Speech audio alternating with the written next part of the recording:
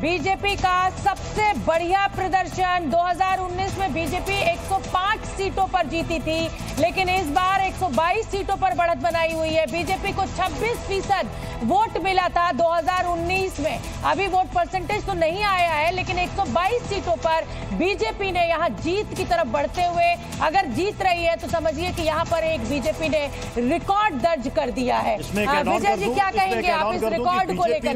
BJP ने 149 सीटों पर उम्मीदवार उतारे थे और उसके हिसाब से 81% स्ट्राइक रेट, एक बड़ा स्ट्राइक रेट। और अब तक के महाराष्ट्र के पॉलिटिक्स में बीजेपी, जो अक्सर गठबंधन में लड़ाई होती है बड़ा भाई कौन छोटा भाई कौन, तो इस बार बड़े भाई ने परसेंटेज यहाँ पर विजय जी मिलना चाहिए। देवेंद्र फडणवीस को उसका क्रेडिट देंगे आप? तो अभी उन्होंने कहा बीजेपी के प्रवक्ता ने कि साहब, जफर इस्लाम साहब ने, कि आप ये देखिए कि मुख्यमंत्री को उप मुख्यमंत्री बना दिया गया, उसके बावजूद वो मेहनत करते रहे और जुटे रहे। ये बीजेपी की खासियत नहीं, बिल्कुल ठीक बात है। इसी तरह से उसको एनालाइज करना चाहिए। किसी भी पार्टी में आपको ये नहीं मिलेगा कि कोई मुख्यमंत्री उप मुख्यमंत्री बनकर भी नाराज ना हो और पार्टी के साथ लगा रहे।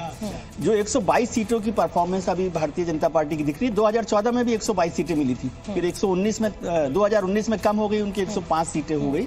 लोकसभा में गड़बड़ रहा था प्रदर्शन। हाँ, लेकिन अभी 2024 का लोकसभा की परफॉर्मेंस खराब रही।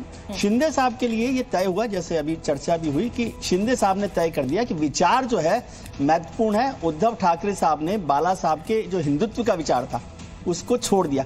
और आप पिछला 2019 का चुनाव देखें तो कुल मिलाकर शिवसेना को 56 सीटें मिली थी। आज अकेले एकनाथ शिंदे 57 सीटों पर है। मतलब जो शिंदे से पूरी जो एकनाथ के साथ और उद्धव ठाकरे के साथ मिलकर जो शिवसेना थी, उसको 56 सीटें मिली थी पिछली बार के चुनाव में 2019 में। आज 2024 में 57 सीटों पर एकनाथ शिंदे, तो वो उन्होंने बता दिया कि उनका विचार और उनकी पार्टी असली पार्टी है। लेकिन मैं जफर इस्लाम, और ये आप मत मजाक किए जाए कि जफर साहब से, बड़े भाई होते हैं तो बड़ा भाई हमेशा छोटे भाई का ध्यान रखता है ना। आप उसको अलग तरीके से लेते, बड़े भाई का काम होता है। बड़ा मुद्दा यहाँ पर विजय जी ने उठा दिया है कि बड़ा भाई छोटे भाई का हमेशा ध्यान रखता है। और तब जब इतनी बड़ी सफलता आपको मिल रही है महाराष्ट्र में, तो क्या बड़ा दिल दिखाते हुए एकनाथ शिंदे मुख्यमंत्री बनेंगे, बनाएंगे उनको आप? देखिए, ये मेरे अधिकार क्षेत्र के बाहर है। अपनी निजी राय बता दीजिए सर।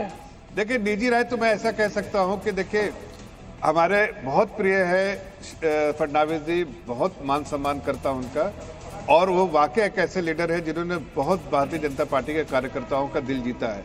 लेकिन वो एक सबसे पहले एक पार्टी के कार्यकर्ता है, और इसीलिए लीडरशिप जफर साहब, आपको रोकना चाहेंगे। चुनाव में कई सारे बयान दिए गए। देवेंद्र फडणवीस की तरफ से एक बयान दिया गया था, काफी वायरल हुआ था, काफी चर्चा में आया था। वो बयान सुनाते हैं। इस चुनाव में सुन लेते हैं उनके बयानों को। मेरा पानी उतरता देख मेरे किनारे पर घर मत बसा लेना। मेरा पानी उतरता देख मेरे किनारे पर घर मत बसा लेना। मैं समंदर हूं, लौट कर वापिस आऊंगा। मेरा पानी उतरता देख मेरे किनारे पर घर मत बसा लेना।